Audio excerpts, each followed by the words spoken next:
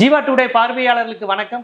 இன்றைய நேர்காணலில் மேனாள் குடியரசுத் தலைவரினுடைய அரசியல் மற்றும் அறிவியல் ஆலோசகர், அரசியல் திறனாய்வாளர் பொன்ராஜ் அவர்கள். சார் வணக்கம். வணக்கம் ஜீவா. சார், இப்போ பார்த்தீங்கன்னா சனிக்கிழமை என்றால் தாவேகாவில் மாற்றுக் கட்சியினர் இணையும் விழான்னு ஒரு விழாவை நடத்துகிறாங்க. ஒவ்வொரு சனிக்கிழமையும் அது ஒரு விழாவாகவே அவங்களே அறிவித்து கொண்டாடுறாங்க. கடந்த முறைக்கு மதுராந்தகத்தில் எங்கேயும் நடந்தப்போ கூட்டம் இல்லைன்னா சொன்னாங்க. இருந்தாலும் அதிமுக காரங்க ஏதோ பிளாக்ல டிக்கெட் வாங்கிட்டு உள்ள வர மாதிரி முண்டி அடிச்சுக்கிட்டு வர்றவங்கிறாங்க. கடம்பூர் ராஜு சேர்ந்திருக்காரு, பாஜகல இருந்து விஜயதாரணி அவங்க வந்திருந்தாங்க. இந்த மாதிரி நிறைய பேர் தாவேக்காவை நோக்கி அதிமுக வருது, அதிமுகவே கரையுது அப்படிங்கிற விமர்சனங்கள், பலருக்கு வருத்தங்கள், ஒரு திராவிட கட்சியே அழிச்சிட்டாங்களே அப்படிங்கிற ஒரு வருத்தங்கள்லாம் இருந்துகிட்டு இருக்கு. இந்த நிலையில் விராலிமலை, விஜயபாஸ்கர், புதுக்கோட்டை ஒரு முக்கியமான முகம்தான் டெல்டா பகுதியில், இல்லை சவுத்துன்னு சொல்லலாம். அவரும் தாவேக்கால திங்கக்கிழமை இணையிறாரு, 29ஆம் தேதி இணையிறாரு அப்படிங்கிற செய்தி பரபரப்பாக போய்கிட்டு இருக்கு. எப்படி சார் பார்க்குறீங்க? விஜயபாஸ்கரும் அங்கே வந்துட்டாரு அப்படின்னா ஃபர்ஸ்ட் கொஞ்சம் ஹவுஸ்ஃபுல் இல்லையா அது அந்த இடம்? ஏன்னா அமைச்சர் பதவி எல்லாம் கொடுத்து முடிச்சிட்டாங்க. அமைச்சர் பதவி தருவாங்கன்னா வேலுமணி, சிவி சண்முகம் இவங்கெல்லாம் வந்தாங்க. அப்புறம் இவர் எடப்பாடி மிரட்டிட்டாரு, 10th ஷெட்யூல் கட்சி தவழ்தடி சட்டுன்னு போகலை. இப்போ இவர் ரிசைன் பண்ணிட்டு வந்தாருன்னா அது எப்படி? இடம் இருக்கா மொஸ்ட் அமைச்சர் பதவியெல்லாம் கொடுக்க? இடம் இருக்குன்னா இருக்க அமைச்சர் ரிசைன் பண்ண சொல்லிட்டு கொடுக்க வேண்டியது. அதாவது அற்ற குலத்து அடர் நீர் பறவைகள் மாதிரி இவர்களெல்லாம் வசந்தத்தை தேடி தன் பிழைப்பை மாற்றிக்கொள்ளும் பிழைப்புவாதிகளாகத்தான் இன்னைக்கு தெரிறாங்க. இப்போ அதிமுகவில் இனிமேல் எதிர்காலம் இல்லை.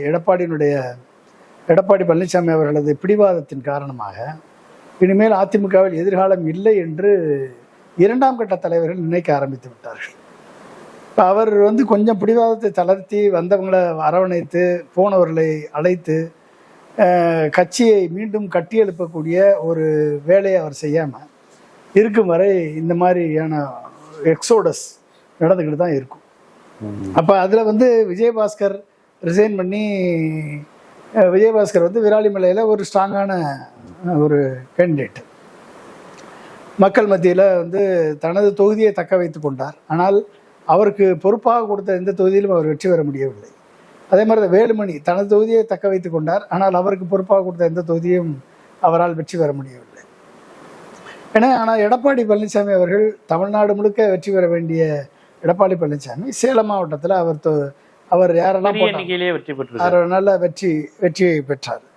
இன்னைக்கு 1,34,00,000 வாக்குகள் அதிமுக இருக்கிறது என்று சொன்னால் அதற்கு காரணம் எம்ஜிஆர் ஜெயலலிதா அவர்களது அந்த கட்சி கட்டமைப்பு, அந்த ரெட்டலை என்ற சின்னம், எம்ஜிஆர் ஜெயலலிதா தொண்டர்கள். இவர்கள் தொண்டர்கள் ஸ்ட்ராங்காக இருக்காங்க. ஆனால் பதவியை அனுபவித்த எம்எல்ஏக்கள், அமைச்சர்கள், மற்ற நிர்வாகிகள் இனிமேல் இங்கே இருந்தால் நம்மளுக்கு வாய்ப்பு இல்லை என்ற நிலையை யாரெல்லாம் எடுக்கிறாங்களோ அவங்கெல்லாம் தாவேக்கா பக்கம் போகிறார்கள். ஆனால் தாவேக்காவிலையும் அவர் புஷியானந்த் கூப்பிட்டு சொல்லிட்டார் போல தெரியுது, இன்னும் 2 ஆண்டுகளுக்கு உங்களுக்கு பதவி கிடையாது, கட்சியிலையும் பதவி கிடையாது, ஆட்சியிலையும் பதவி கிடையாது. நீங்கள் விஜய் ரசிகர் மன்ற ரசிகர்களுக்கு உறுதுணையாக இருங்கள், அவர்கள் சொல்கிற வேலையை பாருங்கள், 2 வருஷம் நீங்கள் எப்படி ஒர்க் பண்ணுறீங்களோ அதுக்கு தகுந்த மாதிரி தான் நாங்கள் பதவி கொடுப்போம்னு ஆல்ரெடி டிக்ளேர் பண்ணி ஒரு எம்எல்ஏ அதை அஜிடேட் பண்ணி நாங்கள் இங்கே ஓட்டுறதுக்காக வந்தோம்னு சொல்லிட்டு போடான்ட்டு வந்துட்டார். அரசியலே வேணான்ட்டு வந்துட்டார் அவர். இனி அவர் எங்கே போய் சேர்றாருன்னு தெரியாது. ஆனால் விஜயபாஸ்கர் போய் சேர்றது நார்மலாக தலைமைச் செயலகத்தை தான் அவங்க தாவேக்கா அலுவலகமா வச்சிருந்தாங்க. அப்படிதானே மெயின்டைன் பண்ணிக்கிட்டு இருந்தாங்க. ராஜினாமா செய்யறதுக்கு முன்னாடியே கார்டு கைக்கு வந்துடும். அப்படிதான், மேல கார்டு, கீழே ராஜினாமா பண்ண வேண்டியது. அடுத்த ரூம்ல போய் ஆதவர்ஜனிட்ட போய் ஜாயின் பண்ண வேண்டியது. அடுத்த ரூம்ல போய் உறுப்பினர் கார்டு புஷியானந்திட்ட வாங்கிட வேண்டியது. ஸோ இப்படி தாவேக்கா அலுவலகமாக, கட்சி அலுவலகமாக தலைமைச் செயலகத்தை மாற்றி வைத்திருந்தார்கள். ஆனால் விஜயபாஸ்கர் ரிசைன் பண்ணிட்டு எம்எல்ஏ பதவி ராஜினாமா பண்ணிட்டு அதை அனௌன்ஸும் பண்ணிட்டாங்க. இன்னமும் போய் சேரலை. நீங்கள் சொல்கிறீங்க 29ஆம் தேதி போய் சேர போகிறாரு அப்படின்னு. ஸோ இப்படி விஜயபாஸ்கர் அடுத்து ஏற்கனவே வேலுமணி வேற ஒரு ஜோசப் விஜய் பார்த்துருக்காரு அப்படின்லாம் சொல்ல உறுதியா தெரியல, நியூஸ் தானே வருது, பார்த்து பாராட்டினாரு அப்படின்னு சொல்றாங்க. அப்ப என்ன பாராட்டினாங்க, என்ன பேசுனாங்க? 45 நாள் ஆட்சி பாராட்டியிருக்காரு, சிறப்பா, சட்டம் ஒழுங்கு எல்லாம் சிறப்பா இருக்கு. வைகோ பாராட்டின மாதிரி. வைகோ வானலா அப்படியே கிரேக்க மன்னருக்கு இணையாங்கிற மாதிரில பாராட்டாரு. அந்த மாதிரி பாராட்டின மாதிரி எல்லாம் பாராட்டி பாராட்டி கியூவில் நிற்கிறாங்க. ஸோ இதை வந்து எடப்பாடி பழனிசாமி அவர்கள் உணர வேண்டும். முதல்ல கட்சியை வந்து எவ்வளவு குயிக்காக ரீஆர்கனைஸ் பண்ணுறாரோ, எவ்வளோ குயிக்காக வந்து அவர்களுக்கு நம்பிக்கை ஏற்படுத்துகிறாரோ, அவ்வளோ குயிக்காக வந்து இந்த எக்ஸோடஸ் தவிர்க்கப்படும். அதை செய்யாத வரை இந்த எக்ஸோடஸ் நடந்தது தான் இருக்கும். இது வந்து நிறுத்த முடியாத லெவலுக்கு போயிட்டு தான் இருக்கும். இதை வந்து மக்கள் பார்த்து கொண்டு இருக்கிறார்கள். அதிமுக கட்சியிலிருந்து விலகி சென்ற எந்த எம்எல்ஏக்களும் மீண்டும் வெற்றி பெறுவதற்கு வாய்ப்பே இல்லை என்று உளவுத்துறை ரிப்போர்ட் வந்து சீஃப் மினிஸ்டருக்கு இன்ஃபர்மேஷன் கொடுத்துருக்கதா கேள்வி. அதனால வந்து இவர்களுக்கு மீண்டும் வாய்ப்பு கிடைக்குமா என்பது மிகப்பெரிய கேள்விக்குறி. இப்போ கிடைக்கிற வாய்ப்பை பயன்படுத்தி இழந்த பணத்தை மீட்டுக்கொள்வது, இல்லை என்றால் பணத்தை சேர்த்து கொள்வது, இந்த லெவலில் தான் இவங்களுடைய இந்த தாவேக்காவினுடைய அதிமுகவிலிருந்து தாவேக்கா செல்பவர்களுக்கு பதவி கிடைக்கிறதோ இல்லையோ பணம் கிடைக்கிறது. அப்படின்னா வந்து அந்த குதிரை பேரத்தின் மூலமாக பணம் கிடைத்தால் போதும் என்ற நிலையில் தான் இருக்கிறார்கள். ஆனால் பணம் கிடைச்சு போறவங்க தான் வந்து பனையூரில் போய் கதவை தட்டிட்டு நிற்பாங்க. மானத்தோட போறவன், கோபத்தோட போறவன், லட்சியத்துக்காக போறவன் வந்து கட்சி தலைவரை சந்திச்சு சேருவான். ஆமா, கட்சி தலைவரை சந்திச்சு சேருவான். அந்த தான் மரியாதையோட இருக்கும். இங்க அதிகபட்சமே புஷியானந்தான், அதிகபட்சமே புஷியானந்தான்.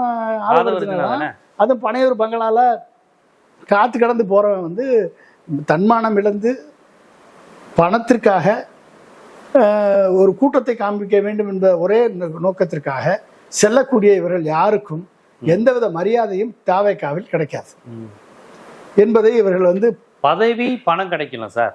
சார் நீங்க மரியாதை சுயமரியாதைங்கிறதுலாம் அதான் பணம் கிடைக்கும், பதவி கிடைக்காது. பணம் கண்டிப்பா கிடைக்கும். பணத்தை வச்சு தானே போறாங்க, இல்லைன்னா எப்படி கிடைக்கும் சார்? இப்ப கடம்பூர் ராஜு போயிருக்கிறாரு. கடம்பூர் ராஜு போறாருன்னா கடம்பூர் ராஜு ஒரு அடிப்படை உறுப்பினர் கிடையாது, முன்னாள் அமைச்சர். இங்க போனா இப்போதைக்கு நமக்கு வந்து அமைச்சர் பதவியும் கிடைக்காது, மாவட்ட செயலாளர் பதவியும் கிடைக்காது, கட்சியில பொதுச் செயலாளர் அந்த மாதிரி 2ஆம் கட்ட பதவியும் கிடைக்காது. எதுக்கு சார் போகணும்? அப்ப வேற என்ன ஆதாயம் இருக்கும்? அவங்க போறாங்கன்னா கடம்பூர் ராஜு சும்மா இருந்துட்டு போயிடலாமே. அதிமுகல ஒரு முன்னாள் அமைச்சருங்கிற கெத்துல எடப்பாடி பழனிசாமி நல்லா தானே வச்சிருந்தாரு, அப்படியே மெயின்டைன் ஆகலாம். இங்க போறாருன்னா அதை விட அங்க வேற ஏதோ இல்லாம எப்படி போவாங்க அவங்க? அதான் நீங்க 5 வருஷம் இனிமேல் தாவேக்கா கவர்மெண்ட், ஆமா, ஏடிஎம்கே வர்றதுக்கு வாய்ப்பு இல்லை. அந்த 5 வருஷத்துல கடம்பூர் ராஜுக்கு வயசு 75 75க்கு மேல இன்னொரு வட்ட எலெக்ஷன் நிக்கிறதுக்கு பணம் வேணும். சோ இந்த நேரத்துல ஒரு 25 கோடி 30 கோடி கையில கிடைக்குது அப்படின்னா அந்த ஆப்பர்ச்சுனிட்டி எதுக்கு மிஸ் பண்ணுவானே? அந்த ஆப்பர்ச்சுனிட்டி எதுக்கு மிஸ் பண்ணுவானே? அப்படின்ற பணம் கிடைக்கும், பணம் கண்டிப்பா கிடைக்கும். பணம் இல்லாம எப்படி போவாங்க? டெண்டர் கிடைக்கிறது அந்த மாதிரி. டெண்டர் இல்லைங்க, இப்ப போறதுக்கே பணம் அந்த மாதிரி கிடைக்கும். போறதுக்கே உங்களுக்கு பணம் வந்துருது இல்ல, அட்வான்ஸ் பேமெண்ட் வந்துருது இல்ல உங்களுக்கு. இப்ப அட்வான்ஸ் பேமெண்ட் வாங்கிட்டு தானே அவங்க போறாங்க. நான் 50 கோடியை நான் வாங்கினேன்னா அப்படின்றது நீங்க வீட்டுல ரைடு விட்டு செக் பண்ணுங்கன்னு வரது குமாரவேலு சொன்னாங்க. வாங்குற பணத்தெல்லாம் இவங்க வந்து நேரடியா இவங்க பேங்க்ல போய் அக்கௌண்ட்ல போடுவாங்களா, இல்ல ஆர்டிஜிஎஸ் பண்ண சொல்லுவாங்களா பணத்தை? கேட்கறவன் கேன என்ன இருந்தா கேப்பையில நெய் வெடிதுன்னு சொல்லுவாங்க. இதெல்லாம் நம்ம நம்பணுமா? பணம் இல்லாம இவங்க எல்லாம் வந்து எப்படி போவாங்க? அதனால வந்து ஒரு மாய பிம்பம் கட்டமைக்கப்படுகிறது. அனைவருமே டிவிகே நோக்கி ஓடுகிறார்கள், டிவிகே தான் பலம் பெறுகிறது, அனைத்து கட்சிகளும் பலத்தை இழக்கிறது என்ற மக்கள் பொதுமக்கள் என்ன வேண்டும் என்ற மாய பிம்பம் பணத்தால் கட்டப்படுகிறது. அந்த பிம்பத்திற்கு அடிமையாக செல்லக்கூடிய 2ஆம் கட்ட தலைவர்கள், 3ஆம் கட்ட தலைவர்கள் பணத்தை இப்படி போனாலாவது பணத்தை சம்பாதித்துக் கொள்ளலாம், இழந்த பணத்தை மீட்டுக் கொள்ளலாம் என்று எண்ணக்கூடியவர்கள் போய் கட்சியில வந்து விட்டில் பூச்சிகள் மாதிரி போய் விழுகிறாங்க. பனையூர்ல போய் மூடி வச்ச கேட்ல போய் காத்துக்கிட்டு இருக்காங்க. அப்ப என்ன அர்த்தம்? ஏதாவது ஒண்ணு இல்லாம போவாங்களா? பதவி கிடைக்கணும் இவர்களுக்கு எல்லாம் கூட்டம் ஒண்ணு போன உடனே மினிஸ்டர் பதவி கொடுத்துருவாங்களா? இல்ல போன உடனே எம்எல்ஏ ஆயிருவாங்க. சட்டம் தடையா இருக்கு. அப்புறம் அதுதான் பிரச்சனை. அவர் எடப்பாடியும் இன்பத்துறையும் போட்டாங்களே, கேஸ் வந்துரும் விட மாட்டேன்ட்டாங்களே. ஆமா. சோ அவ எப்படி வரும்? அப்ப பணம் இல்லாம எப்படி போவாங்க? அப்ப கொள்கை பிடிப்புல போறாங்களா, இல்ல அடுத்த எம்ஜிஆர் விஜய் நினைச்சு போறாங்களா, இல்ல அடுத்த ஜெயலலிதா விஜய் நினைச்சு போறாங்களா, இல்ல ஏடிஎம்கே மொத்தம் கொள்கையை வந்து அப்படியே உள்வாங்கி உரிச்சு எடுத்து வச்சிருக்காரு தாவேக்கால அப்படின்னு நினைச்சு போறாங்களா? என்ன சார் இது எப்படி ஏத்துக்குவீங்க நீங்க? இல்ல இந்த இடத்துலதான் மக்கள்கிட்ட நம்ம தெரியப்படுத்த வேண்டியது இருக்கு. கடம்பூர் ராஜு போறாரு, இந்த மரகதம் குமரவேல் அவங்க, இது எசகி சுப்பையா, இவங்கெல்லாம் பதவியை ராஜினாமா செஞ்சுட்டு விஜய்கிட்ட போறாங்க தூய சக்திகிட்ட போறாங்கங்கிறாங்க.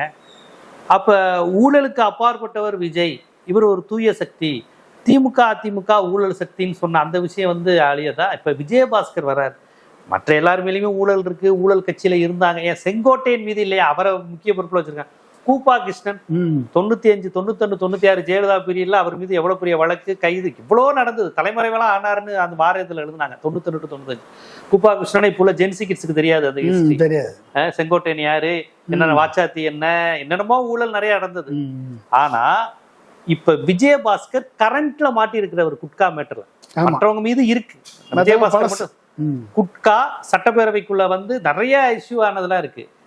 அவரையே இப்ப இவ்வளவு வெளிப்படையா இழுத்தாங்கன்னா அப்ப ஒரு சிபிஐ கேஸ் உள்ளவங்க, இடி ரைடு உள்ளவங்க, புலனாய்வு அமைப்புகள் வந்து அதன் வட்டத்துக்குள் இருக்கக்கூடிய ரேடார்ல இருக்கக்கூடிய ஒருவரை இவ்வளவு வெளிப்படையா இழுத்தாங்கன்னா அப்ப நான் ஊழலுக்கு எதிரி, செந்தில் பாலாஜி கொள்ளையடிச்சிட்டாரு, பொன்முடி திருடிட்டாரு, நேரு திருடிட்டாரு, இவங்க இந்த அதிமுக உள்ள எல்லாருமே கொள்ளையடிச்சவங்கன்னு இவர் மேடைக்கு மேடை பேசுறாருல விஜய். இனி குட்கா விஜயபாஸ்கர் வந்ததுக்கு அப்புறம் எப்படி சார் பேசுவாரு எனக்கு தெரியல. ஆல்ரெடி நீங்க சொன்ன மாதிரி செங்கோட்டையன் இருக்காரு, கூப்பா கிருஷ்ணன் இருக்காரு, அதோட இவர் ஒண்ணுங்க, அதோட இவர் ஒண்ணு, அவ்வளவுதான். மக்கள் அதெல்லாம் கேட்க மாட்டாங்களா? மக்கள் வந்து இவர் தூய சக்தின்னு மக்கள் நினைச்சுக்கிட்டு இருக்காங்க. இல்ல சார், இந்த ஜென்சி கிட்ஸுக்கு நான் அதான் சொன்னேன், செங்கோட்டையன் பத்தி உங்களுக்கு தெரியாது, 35 வருஷம் வரலாறு. கூப்பா கிருஷ்ணன் யாருன்னே அவங்களுக்கு எல்லாம் தெரியாது. ஏதோ அவங்க விஜய் கட்சியில இருந்து தான் அவர் அரசியல தொடங்குறாருன்னு கூட நினைச்சுக்கலாம். அது கண்ணுக்கு எதிராக குட்கா கேஸ்ல மாட்டினவராச்சே. குட்கா விஜயபாஸ்கர்னு கிண்டல் பண்ணாங்களே, செந்தில் பாலாஜியை 10 ரூபா பாலாஜி எல்லாம் சொல்லி இப்படிலாம் சொல்லி தானே சார் தோக்கடிச்சிருக்காங்க. 10 ரூபா பாலாஜி ஊழல் கட்சி, திமுக குடும்பத்துக்கு எல்லாமே போயிருச்சான், இனி அவ்வளவுதானா, இப்படியெல்லாம் இவங்க சொல்லி நம்பிதானே இளைஞர்கள் போட்டாங்க. இப்ப கண்ணுக்கு எதிராக ஊழல்வாதிகள் என்று அவர் வாயால் சொன்னவர்களே வந்து இவர் கட்சியில சேரும் போது மக்கள் யோசிக்க மாட்டாங்களான்னு கேட்கிறேன் நான். மக்கள் அதெல்லாம் பத்தி எல்லாம் யோசிக்கிற மாதிரி எனக்கு தெரியல. இப்ப என்னன்னா, உங்களுக்கு இப்ப இத்தனை பேரை எடுக்கிறதுக்கு என்ன தைரியம் அப்படின்னு கேக்குறீங்க. அதான் எனக்கு புரியல. ஊழல்வாதிகளை வந்து பக்கத்துல சேர்க்கறதுக்கு என்ன தைரியம்? அதான் எனக்கு புரியல. அந்த தைரியம் அந்த இமேஜ் வச்சுதான் சார் ஜெயிச்சாரு அவரு. ஆமா, அந்த இமேஜ் வந்து விஜய் என்ற ஒரு நபருக்கு இருந்தா போதும், மத்தவங்க யாரு வந்தாலும் கவலை இல்லைன்ற ஒரு அவருக்கு இருக்குன்னு எப்படி சொல்லுவோம். சுத்தி ஊழல்வாதியில வச்சிருக்கேன், பட் நான் தூய்மையானவர்னு சொல்றது எப்படி நம்ம? லாட்ரி மார்ட்டினுடைய குடும்பத்திலிருந்து வந்த லாட்ரி மார்ட்டினுடைய மருமகன் ஆதவ வச்சுக்கிட்டு ஊழல் இல்லாத ஆட்சி எப்படி கொடுக்க முடியும்? பக்கத்துல வச்சுக்கிட்டு நீங்க எப்படி ஊழல் இல்லாத ஆட்சி கொடுக்க முடியும்? இந்த இன்னைக்கு ஒரு அம்மா கம்ப்ளைண்ட் பண்ணிருக்கு, சரவணன் ஒரு சோழிங்கநல்லூர் எம்எல்ஏ வந்து கட்சி பதவிக்கு பணத்தை வாங்கிட்டு லஞ்சம் வாங்கிட்டு பதவி போடுறாருன்னு சொல்லி சிஎம் செல்லுல புகார் கொடுத்திருக்கு. தாவேக்கா நிர்வாகி ஆனந்த் வந்து பணத்தை வாங்கிட்டு ஆள் போடுறாரு அப்படின்னு சொல்லி இவங்க எப்படி ஊழல். தேர்தலுக்கு முன்பே இந்த விமர்சனம்லாம் நிறைய விமர்சனம்லாம் வந்துச்சு.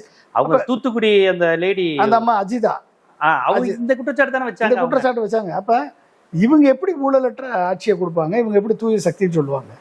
குதிரை பேரம் நடத்தி தாவேக்கு இது அம்மா மக்கள் முன்னேற்ற கழகத்தினுடைய காமராஜ் எம்எல்ஏவை ஆளுநர்கிட்ட போய் பேர் கொடுத்துட்டாங்க, ஆளுநர் கொடுத்தாங்க. அதை தூக்குனவங்க இவங்க, குதிரை பேரம் நடத்தி தூக்குனவங்க இவங்க. ஒவ்வொரு கட்சியா குதிரை பேரம் நடத்தி சோபாவை அனுப்பி கூட்டணி கட்சிகள் திமுக என்ற தீய சக்தின்னு சொல்லி அந்த தீய சக்தி திமுகவோட கூட்டணி வச்சிருந்த என்னது என்னமோ ஒரு கூட்டணியில சொன்னாங்க, இந்த கூட்டணி கலவை கூட்டணியா ஏதோ ஒரு கூட்டணி, கல்லாப்பட்டி கூட்டணி, திமுக இருந்த கூட்டணி, திமுக கூட கல்லாப்பட்டி கூட்டணி, கல்லாப்பட்டி கூட்டணி, கலெக்ஷன் கூட்டணி. அப்ப காங்கிரஸ், விசிகா, கம்யூனிஸ்ட், ஐஎம் எல்லாம் கல்லாப்பட்டி கூட்டணி. இப்ப இந்த கல்லாப்பட்டி கூட்டணிக்கு லெட்டர் எழுதி போன் மேல போன் பண்ணி ஆளு மேல ஆள் அனுப்பி மண்ணடியில சோபாக்கு அனுப்பி அவர் காதல் மீதின்னு சொல்லாரு. எங்க ஆபீஸ்க்குலாம் யாருமே வந்தது இல்ல, அது ஒரு குறுகின சந்து, மண்ணடியே ஒரு நெரிசலான பகுதி, அதுக்குள்ளலாம் வந்து எங்கள்கிட்ட ஆதரவு கேட்டாருன்னு காதல் மீதின்னு சொல்லியிருக்காரு. அதே அவருக்கு புலகா அங்கீதம் அடைஞ்சிட்டாரு. ஐயோ, எப்பேற்பட்ட மன்னர் எங்க பகுதிக்கு வந்துட்டாருங்கிற மாதிரி. அது இல்ல, முஸ்லீம் லீக் ஒருத்தர் அவங்க இஸ்லாத்துக்கே எதிராக பேசிட்டாரு போல, ஒரு பெரிய சார், கடவுளுக்கும் கடவுளான விஜய்ன்னு சொல்லி அவங்க இஸ்லாத்துல இருந்து அல்லாவை தவிர வேற யாரையும் கடவுள்னு சொல்லலாமான்னு சொல்லி இப்ப மன்னிப்பு பேடிட்டு இருக்காரு ஜமாத் எல்லாத்துக்கும். அதாவது பதவி ஆசை வந்து வெட்க மரியாதைன்னு சொல்லுவாங்க. ஐஎம்எல் காதர் மைதீன் வந்து 6வது கடமையாக திமுக கூட்டணி மதச்சார்பற்ற கூட்டணியை வாக்களிக்கணும்னு சொல்லிட்டு அதை சுட்டி காட்டிய நிருபரை வாயா போயான்னு சொல்லி தரக்குறவா பேசினார். ஆனா அது ஆடி இது இருக்கே, அதான் ஆடியோ வந்துருச்சு. நீங்க என்ன சொன்னதை எப்படி மறைக்க முடியும்? யூ ஆர் எக்ஸ்போஸ்ட், அவ்வளவுதான்.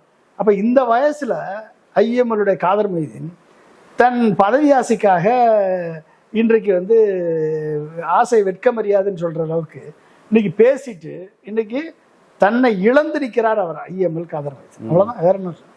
முஸ்லீம் மக்கள் மத்தியில் தன் செல்வாக்கை இழந்து பதவிக்காக தன் தன் பேசையே இழந்து நிற்கிறார் அவர். அவ்வளோதான், முடிஞ்சு போச்சு. ஸோ இந்த மாதிரி ஆளுங்கள்லாம் எக்ஸ்போஸ் பண்ணப்பட வேண்டும். ஸோ நீங்கள் எப்படி அதை அப்போ இவங்க எல்லாருமே வந்து இத்தனை பேரையும் நீ பணம் கொடுத்து சோபா கொடுத்து பின்னால் போய் ஏடிஎம்கேல வந்து ஸ்பிளிண்டர் குரூப்பை போய் என்கரேஜ் பண்ணி அங்கேயும் சோபா அனுப்பி சோபா போச்சா இல்லையா? இது வரைக்கும் நம்ம பார்த்துருக்கோமா சோபாவை? அப்போ சோபா எல்லா எல்லாம் எங்கே போகிறாங்களோ அங்கெல்லாம் சோபா போச்சு. என் பேர் போய் இருக்க 2 நிமிஷத்தில் சோபா இல்லாமல் சேரில் உட்கார மாட்டார் அவர். ஒரு ஆளுக்கு அவ்வளோ பெரிய சோபாவா? சோபா எதுக்கே போச்சு? அப்போ அந்த கேள்விக்கு பதில் இருக்கா? அப்போ இத்தனையும் பண்ணிட்டு தூய சக்தி எங்கன்னு நம்ம சட்டசபையில் போய் தேடணும். தூய சக்தியை காணோம், சொன்ன தூய சக்தி எங்கே இருக்குது அப்படின்னு தேட வேண்டிய நிலைமையை ஏற்படுத்தியவர் தான் இந்த ஜோசப் விஜய் என்ற முதல்வர். புரிஞ்சுட்டீங்களா? ஸோ அப்போ இவர் வந்து தூய சக்தியாக இன்றைக்கு வந்து இவங்களாம் சேர்க்குறாரு அப்படின்னா அதுக்கு காரணம் என்ன அப்படின்னா, இவருக்கு பின்னால் இவரை ஆதரிப்பதற்கு பிஜேபி தயாராக இருக்கிறது. அந்த ஒரு தைரியம்தான், பிஜேபி நம்மளை கைவிடாது என்ற ஒரு தைரியம்தான் அவர் வந்து சபாநாயகர் நம்ம பக்கம், ஆளுநர் நம்ம பக்கம், டெல்லி நம்ம பக்கம். ஆளுநர் காலில் விழுந்தாச்சு. ஆளுநர் வெற்றி பெற்றேன்னு சொல்லி அனௌன்ஸ் பண்ணிட்டாரு. நான் எனது திட்டம் படித்து விட்டது, சிறப்பு, மிகப்பெரிய ஒரு வரலாற்று சிறப்புமிக்க நாள், 2 முறை தேசிய கீதம் பாடப்பட்டது என்று சொல்லி அவர் பிஜேபி அஜெண்டா கொஞ்சம் கொஞ்சமா வர ஆரம்பிச்சு அவர் வெற்றியை அவர் பறைசாற்றி விட்டார். அவர் வெற்றியை பறைசாற்றி விட்டார்னா உனக்கு தோல்வி தானே அர்த்தம். அவர் வெற்றியை அவர் பறைசாற்றும் போது நீ தோல்வி அடைஞ்சிட்டேன்னு தானே அர்த்தம். அப்ப இதுல என்ன டிஸ்கஷனுக்கு பாயிண்ட் ஆஃப் வியூ இருக்கு? சென்டனரி செலிப்ரேஷன் அப்போ வந்து இப்போ பிரசிடென்ட் வந்தப்ப நீங்கள் வந்து புரோட்டோகால் படி பாடினீங்க, இது தேசிய கீதம் 2 முறை பாடப்பட்டது அப்படின்னா முதல்ல புரோட்டோகால் என்னன்னு தெரியணும். பிரசிடென்ட்டும் on arrival of president and governor, நீங்கள் வந்து ஆன் அரைவல் தேசிய கீதம் பாடணும், ஆன் டிபார்ச்சர் தேசிய கீதம் பாடணும். அரைவல்னு சட்டமன்றத்துக்கு உள்ளே வரும் பொழுது ராயல் சல்யூட் கொடுத்து போலீஸ் வந்து தேசிய கீத பாண்டு வாசிப்பாங்க, அதான் அரைவல். Okay okay. டிபார்ச்சர் எப்ப கிளம்புறாரோ, எந்த இடத்துல இருந்து கிளம்புறாரோ அங்க வந்து தேசிய கீதம் பாடணும். இதுதான் புரோட்டோகால். ஓகே. இது பிரசிடென்ட் வந்தாலும் சரி, கவர்னர் வந்தாலும் சரி, இதுதான் புரோட்டோகால்.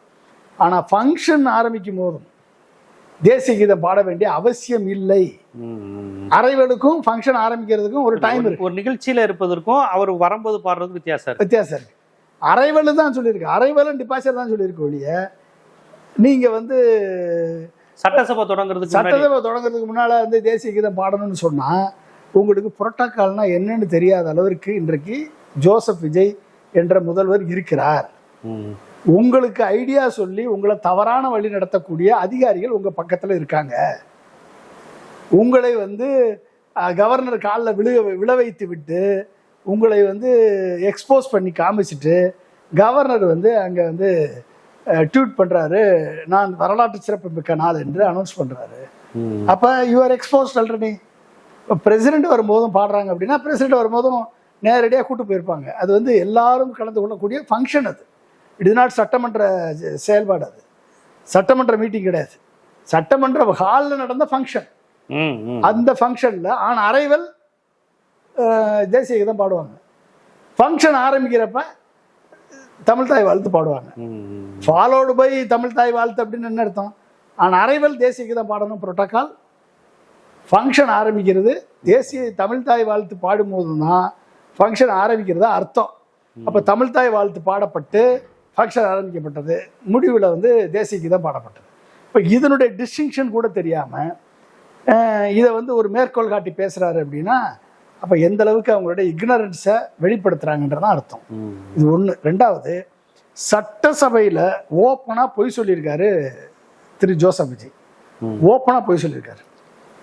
என்னென்ன பொய் சொல்லியிருக்காருன்னா ஒரு 2-3 சாம்பிள் மட்டும் சொல்கிறேன்.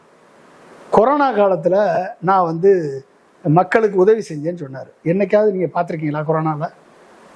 கொரோனாவில் அந்த படம் ரிலீஸ் பண்ணாங்க தியேட்டரில், மாஸ்டரா ஏதோ ஒரு படம் ரிலீஸ் பண்ணுறதுக்கு ரிலீஸ் பண்ணி கொரோனா மக்களுக்கு என்ன உதவி செஞ்சு நீ கொரோனாவில் கொரோனாவில் பாதிக்கப்பட்ட மக்களுக்கு ஏதாவது உதவி செஞ்சியா, சேவை கொடுத்தியா, இல்லை வந்து முதலமைச்சரை பார்த்து நிதி கொடுத்தியா, என்ன கொடுத்தேன்? ஒன்றும் கிடையாது. அந்த முதல் கொரோனாவை ஹேண்டில் பண்ணார் எடப்பாடி, 2வது கொரோனாவை ஹேண்டில் பண்ணார் திரு மு க ஸ்டாலின். ஒரு கொரோனா வார்டுக்குள்ளேயே ட்ரெஸ்ஸை போட்டு கோயம்புத்தூர்ல வார்டுக்குள்ளேயே உயிரை பணயம் வச்சு போயிட்டு வந்தார். நீங்க எப்படி கொரோனா பேஷண்ட்டே பார்க்க டாக்டர்களே இப்போ கிட்டத்தட்ட போகாத நிலைமையில் இருக்கும் பொழுது ஒரு முதல்வர் அந்த வயசுல உள்ள போயிட்டு வந்தாரு. ஆக்சிஜன் சிலிண்டர் அரேஞ்ச் பண்ணாரு, பெட்ஸை இன்க்ரீஸ் பண்ணாரு, ஏகப்பட்ட பேரை காப்பாத்தினாரு. இவங்க 2 பேரும் அந்த வேலை பண்ணாங்க. Where was Vijay? எங்க இருந்தார் விஜய் கொரோனாவில்? அப்ப சட்டமன்றத்தில் வந்து கொரோனாவில் நான் பாடுபட்டேன்னு ஒரு பொய்யை பதிவு பண்றாரு. 2வது 2015 வெள்ளம் வரும் பொழுது நம்ம எல்லாம் அப்பதான் நான் வந்து டெல்லியிலிருந்தே வந்திருக்கேன். சென்னையில ஓஸ்டா இருந்தப்ப அந்த வெள்ளத்துல எத்தனை என்ஜிஓக்கள், எத்தனை இளைஞர்கள் களத்துல இறங்கி மக்களுக்காக, இஸ்லாமிய அமைப்புகள் ஜமாத் இறங்கி நின்று வேலை பார்த்தாங்க. எங்கேயாவது விஜய் வந்து ஹெல்ப் பண்ணியிருக்காருன்னு எங்கேயாவது ஒரு நியூஸ் படிச்சிருக்கீங்களா? ஏதாவது ஒரு செய்தித்தாள் வந்திருக்கா? இல்லை. 3வது எக்ஸாம்பிள், நீங்க வந்து உங்களுக்கு தெரியும், ஜல்லிக்கட்டு போராட்டத்தில் நான் 10 நாளும் இந்த போராட்டத்தில் ஃபுல்லாக சென்னையில் கலந்துருக்கேன். லட்சக்கணக்கான பேர் நம்ம எல்லாம் எல்லாருமே கலந்துருக்கோம்.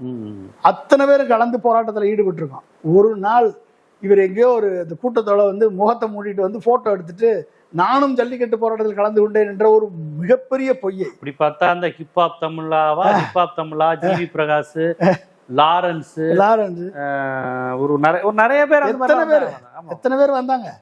நீ வந்து எங்கேயாவது வேற கூட்டமா வந்து சும்மா வேடிக்கை பார்க்க வந்துட்டு நான் ஜல்லிக்கட்டு போராட்டத்தில் கலந்து கொண்டேன்னு ஒரு பொய்யை வந்து சட்டமன்றத்துல, வரலாற்று சிறப்புமிக்க மாண்புமிக்க சட்டமன்றத்துல பொய்யை பதிவு பண்றாரு.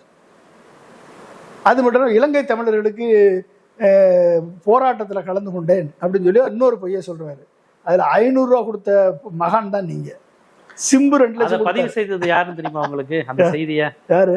இன்றைய அமைச்சர் வன்னியரசனா? அத மேடையில வந்து ஈழத்தமிழர்களுக்காக அவன் உணர்வோட போராடும் போது வெறும் 500 ரூபாய் தந்தாரு, நாங்க ஏதோ பணம் கெட்டு உதவி செய்யறப்பெல்லாம் முடியாது என்று சொன்னவர் தான் விஜய் அப்படின்னு அமைச்சரா, இப்ப அமைச்சரா இருக்காரு, போராளியா இருந்தாரு. அன்னைக்கு அதை பதிவு செஞ்சார். நானும் வீடியோல பார்த்தேன். நான் வன்னியரசு அவர்கள் தான் பதிவு செஞ்சார். ஐ அம் நாட் இன்ட்ரெஸ்டட்னு சொல்லாரு அவர்கிட்ட, வன்னியரசுட்ட. அவங்க அப்பாட்ட போனோம்னா இதுல நான் கலந்துக்க மாட்டேன், தமிழர் ஈழம் இதெல்லாம் எங்கிட்ட வராதீங்க. அப்ப இவர்கள் எப்படிப்பட்ட கபட வேடதாரிகள் என்பதை, பொய்யுரை உரைப்பவர்கள் என்பதை திரு விஜய் அவர்களது பதிலுரையில ஒரு பொய்யை வந்து பதிவு பண்ணியிருக்கார் என்றால், இதெல்லாம் அவை குறிப்பிலிருந்து நீக்கப்பட வேண்டிய பொய்யை வந்து எப்படி ஏத்துக்குவீங்க? சபாநாயகர் நடவடிக்கை எடுத்துருக்கோமா இல்லையா? சரி, இன்னொரு கேள்வி கேட்கிறேன். 8 தலித் இனத்தை சேர்ந்தவர்களுக்கு நாங்கள் சமூக நீதியை காத்து அமைச்சர் பதவி கொடுத்துருக்கோம்னு சொன்னாரு. டக்குன்னு உதயநிதி 8 பேர் தான் சொன்னார். டக்குன்னு உதயநிதி இருந்துச்சு, சார் அந்த 8 பேர் பேரை மட்டும் சொல்லிருங்கன்னு கேட்டாங்க. இவரால் சொல்லியிருக்க முடியுமா? 8 பேர் பேரை மட்டும் சொல்லிருங்க அப்படின்னு Udhayanidhi point of order raise பண்ணி கேட்டிருந்தாருன்னு வச்சுக்கோங்க. அந்த 8 பேர் யாருன்னு தெரியுமா உனக்கு? ஓட்டு போட்ட மக்களுக்கே தெரியாத, நம்ம தொகுதியில இருந்தவர் தான் அமைச்சரானே பலருக்கு தெரியலையே. தெரியாது. 8 பேர் நீ என்ன பேசிஸ்ல செலக்ட் பண்ணி விட்டேன்னு உனக்கு தெரியுமா? முதல்ல 4 பெண்கள், என்னமா நீ மட்டும் வந்த பிறகுதான் 4 பெண்களுக்கு அமைச்சரவை பதவி கொடுத்தேன்னு. திமுக கொடுக்கலையா? அதிமுக கொடுக்கலையா? தமிழரசி, கீதா ஜீவன், எத்தனை அவங்க ஏடிஎம்கேல இந்திராணி இருந்தாங்க, இந்திராணி, வளர்மதி, கோகுலேந்திரா, கோமதி சீனிவாசன், சத்யவாணி முத்து, அந்த காலத்துல சத்யவாணி முத்து இருந்தாங்க. இப்படி எல்லாத்துக்கும் காங்கிரஸ்ல ரூதம்மாள் இருந்தாங்க, மரகத சந்திரசேகர், என்னமோ இவங்க வந்த உடனே பொன்னம்மாள், நிறைய பேர் 4 பெண்களுக்கு கொடுத்தேன்னு சொல்றீங்க. எப்படி இது வந்து போன அமைச்சரவையிலே தமிழரசி ரவிக்குமார் இருந்தாங்க, தமிழரசி இருந்தாங்கல்ல, கீதா ஜீவன் இருந்தாங்க, போன அமைச்சரவையில இருந்தாங்களே. அப்ப இவங்க அப்ப என்ன விதமான பொய்யுரைகளை நாங்க தான் பண்றோன்ற பொய்யுரையை வந்து நீங்க வந்து சொல்றீங்க. சரி, நீ என்ன பண்ணிருக்கணும்? குதிரை பேரை நடக்கல, குதிரை பேரை கழுது பேரவனும் சொல்லக்கூடாதுன்னு சபாநாயகர் சொல்றாரு. குதிரை பேரை நடக்கல இல்ல, நீ ப்ரீ போல் அலையன்ஸுக்கு இம்பார்ட்டன்ஸ் கொடுத்துருக்கணுமா இல்லையா? நீ யாரு கொடுத்த இம்பார்ட்டன்ஸ்? போஸ்ட் போல் அலையன்ஸுக்கு ஒவ்வொரு வீட்டுக்கா போய் உனக்கு அமைச்சர் பதவி தரேன் சொல்லி சோபா அனுப்பி நேரடியாக சந்திச்சு இப்படியெல்லாம் பண்ணி கூட்டு வந்ததுக்கு பேர் என்னது? குதிரை பேரம் இல்லாம என்னது? அவங்களா விருப்பப்பட்டா வந்தாங்க. நீ வந்து லெட்டர் கொடுக்காம, அவங்கள கூப்பிடாம அவங்களாம் வந்துட்டாங்களா? சரி, உன் கட்சியில ஒருத்தர் கூட்டணி கட்சின்னு நின்னாரு, முஸ்தபான்னு ஒருத்தர், கொடுக்கல. அவர் உங்களோட கூட்டணி உண்மையான கூட்டணி ஆச்சுன்னா அவர் தானே ப்ரீ போல் அலையன்ஸ். அப்ப அவருக்கு ஏன் மஞ்சள் கொடுக்கல? ஆட்சியில் பங்கு, அதிகாரத்துல பங்குன்னு சொல்றியே, உங்களோட ப்ரீ போல் அலையன்ஸ் கொடுத்தவங்கள ஃபர்ஸ்ட் ப்ரையாரிட்டி கொடுத்துருக்கணும். நீ அவன் அந்த ஆளுக்கெல்லாம் உனக்கு நீ ஃபஸ்ட்டு அமைச்சர் பதவி கொடுத்துருக்கணும், ஆட்சியில் பங்கு கொடுத்துருக்கணுமா இல்லையா? சரி, ஒன்னையவே வந்து உன் கூட கூட்டணி வச்சிருக்கோன்னு சொல்லி இளைஞர் கட்சின்னு ஒரு கட்சி எல்லா டிவி வந்து உட்கார்ந்துட்டு காமேஷ் சண்டை போட்டுட்டு இருப்பாரு, அவருக்கு கொடுத்துருக்கணுமா இல்லையா? அப்ப நீ என்ன உன் கூட்டணி தத்துவம் என்ன? ஆட்சியில் பங்கு அதிகாரத்தில் பங்கு, உன் கூட்டணி தத்துவம் ஆட்சியில் பங்கு அதிகாரத்தில் பங்கே கிடையாது இல்ல. உன் கட்சியை காப்பாத்துறதுக்கு உனக்கு ஆட்சி அமைப்பதற்கு ப்ரீபோலரைஸ் பண்ணி குதிரை பேரம் நடத்துற. இது என்ன குதிரை பேரம் கழுதை பேரம்னு சபாநாயகர் சொல்றாரு. அப்ப எந்த அளவிற்கு இவர்கள் வந்து ஜனநாயகத்தின் மாண்புகளை காலில் போட்டு மிதிக்கிறார்கள் என்பதற்கு விஜய் அவர்களது பதிலுரையை எடுத்துக்காட்டு. அப்ப நீங்க என்ன விளிம்பிகளோட நீங்க பாஜக காப்பாத்துன்னு சொல்லும் போது அவங்க ஒரு கேள்வி கேட்கிறாங்க, காங்கிரஸ் அமைச்சரவையில் இருக்கு, விடுதலை சிறுத்தைகள் அமைச்சரவையில் இருக்கு, இதை பாஜக காப்பாத்துமா? ரெண்டு பேருமே பாஜக எதிர்ப்பாளர்களாச்சு அப்படிங்கிற ஒரு கேள்வியை தராங்களே. பாஜகவனுடைய கொள்கைகளை வந்த உடனே அமுல்படுத்தியது தாவேகாவனுடைய ஜோசப் விஜய் அரசாங்கம்.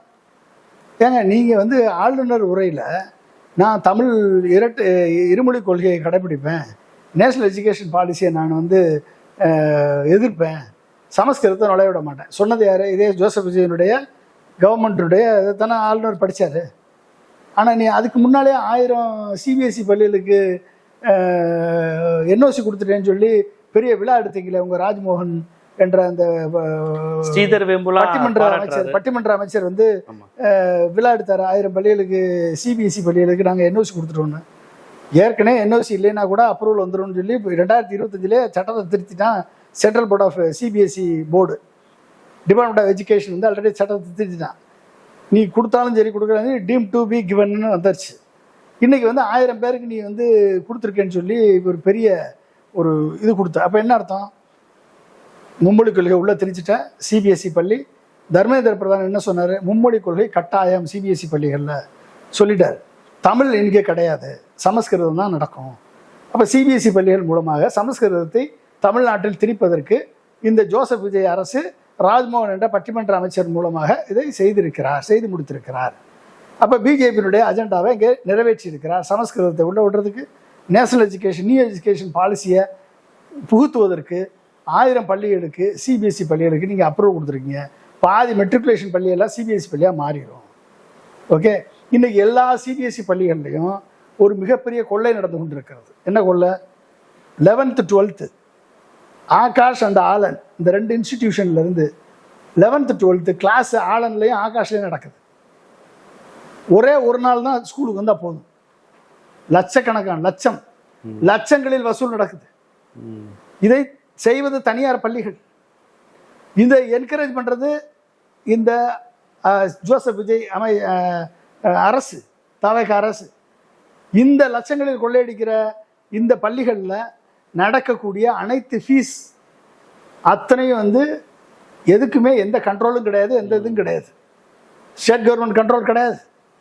நீங்கள் என்ன வேணாலும் ஃபீஸ் வச்சுக்கலாம், எத்தனை கிளாஸ் வேணாலும் போட்டுக்கலாம், அதுக்கு தகுந்த மாதிரி ஃபீஸ் ஏற்றிக்கிட்டே போகலாம். அப்போ இதை விஜய்க்கு ஓட்டு போட்ட மக்கள் அனுபவிக்க வேண்டும் என்பதற்காகத்தான் இதை வந்து விஜய் செஞ்சிருக்காரு நம்ம சொல்லலாமா? சொல்லாமா? தனியார் பள்ளியில் வேலை பார்க்கக்கூடிய எந்த ஆசிரியர்களுக்கும் அரசு பள்ளி ஆசிரியர்களுக்கு நிகரான சம்பளம் கிடையாது. சம்பளம் கிடையாது. நீங்க எங்கேயுமே ஸ்போர்ட்ஸ் இம்ப்ரூவ் பண்றதே கிடையாது.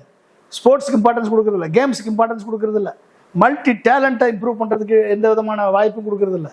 இத்தனையும் செய்யக்கூடிய தனியார் பள்ளிகளை நீ ஊக்குவித்து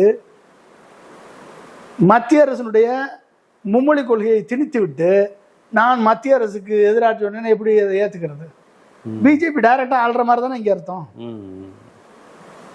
பிஜேபி என்ன சொல்லுது?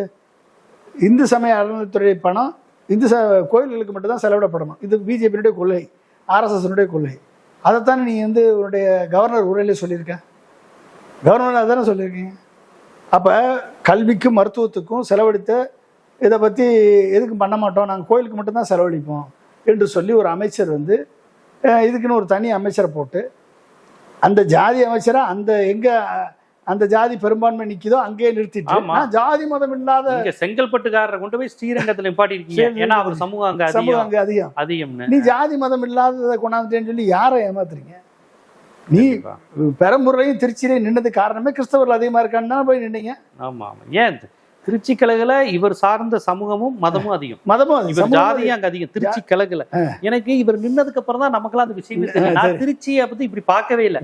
அப்பதான் சொன்னாங்க அவருடைய சமுதாயமும் அங்க அதிகம் இருக்கு, மதமும் இருக்குன்னு.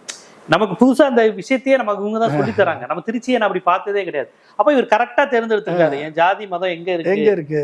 அப்ப நீ வந்து ஜாதியை ஒழிச்சிட்டேன், மதத்தை ஒழிச்சிட்டேன், லஞ்சத்தை ஒழிச்சிட்டேன், எல்லாமே மோடி மாதிரியே பேசினா அப்புறம் இப்போ மோடி அமைச்சர் பிஜேபி அமைச்சர் இல்லாம எப்படி பிஜேபியினுடைய நிழல் மந்திரி சபை இல்லாம எப்படி சொல்றது?